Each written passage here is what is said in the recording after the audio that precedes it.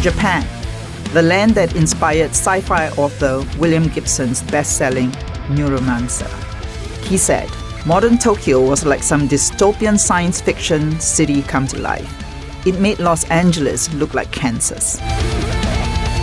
Kei Shibata, fresh out of business school, launched Travel.jp in 2001, ahead of Skyscanner 2003 and Kayak 2004. He had no broadband, no funds, no ownership, just a dream and dial-up.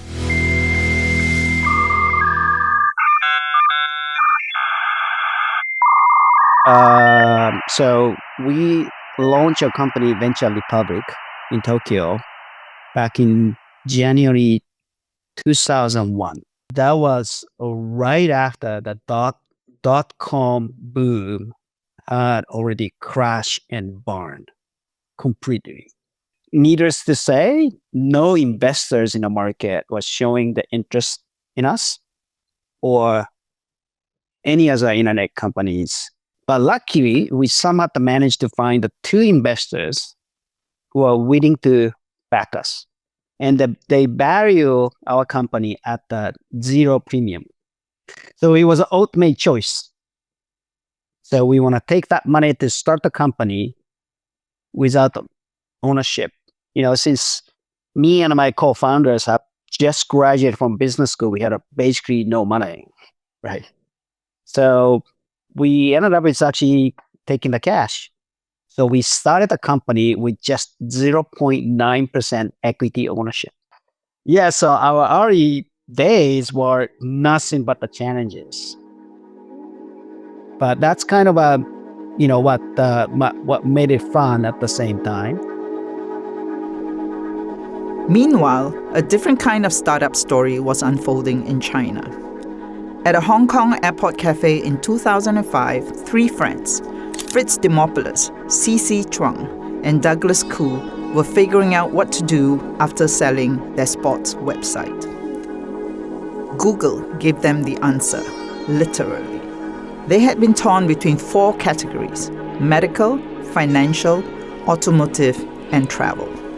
But Fritz Demopoulos recalled hearing Barney Harford, then Expedia Asia Pacific boss, say that Google was Expedia's largest competitor. Why would an OTA consider a search engine competition? So travel it was, and they launched Qunar, China's first travel metasearch. That decision changed their lives. Qunar was a great startup adventure for my co-founders and my early employees and me. And we were in mainland China. This was 2005. We were building up to the Olympics. The consumer economy was taking off in mainland China. We had the right product too. Now, we didn't know we had the right product, to be honest. The success of Qunar exceeded our own expectations, and we had very ambitious expectations. But what we got to realize was sometimes the skills and capabilities that are required to succeed in China, they may not apply outside of China.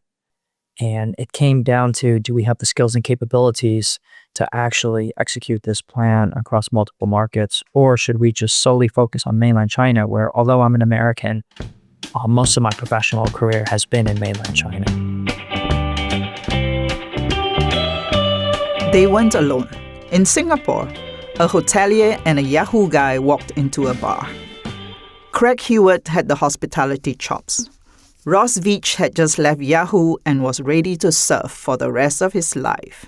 Ross offered Craig $50,000. Craig said, "Be my co-founder instead." Wego was born, but Southeast Asia wasn't ready. I mean, in terms of Wego's journey, we started in 2005, and we're inspired by the metas getting set up in the US and in China, and we thought somebody should bring that to the rest of Asia.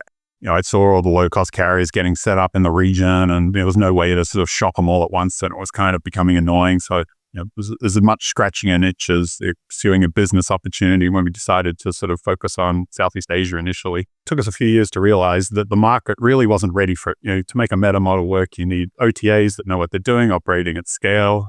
And that really wasn't the case in Southeast Asia at the time. And so we sort of had a choice. We could either become an OTA in our own right, or we could pivot and find a geography that was ready for our metasearch marketplace business model. And, we took the latter path. So we pivoted to the Middle East after, I think, 4 or 5 years. And we realized the market was basically wide open. There was some really, really large suppliers who had their act together with e-commerce. But apart from Booking.com, there was nobody else really in the region. So we sort of walked into a largely vacant space and proceeded to connect everybody who was selling online. It was the pivot that saved Wego. Customer acquisition costs were the same, but lifetime value was way higher. The Middle East was wide open, and Wego moved fast. Back in Thailand, 2 friends, Rob Rosenstein and Michael Kenny, were skipping metasearch altogether. They took an offline travel business online and named it Agoda. It was anything but fun, though, during the early days. And there were just so many problems to sort out. And so many of companies were sort of jumping into the space. We thought, wow, this is going to be fun and exciting and interesting.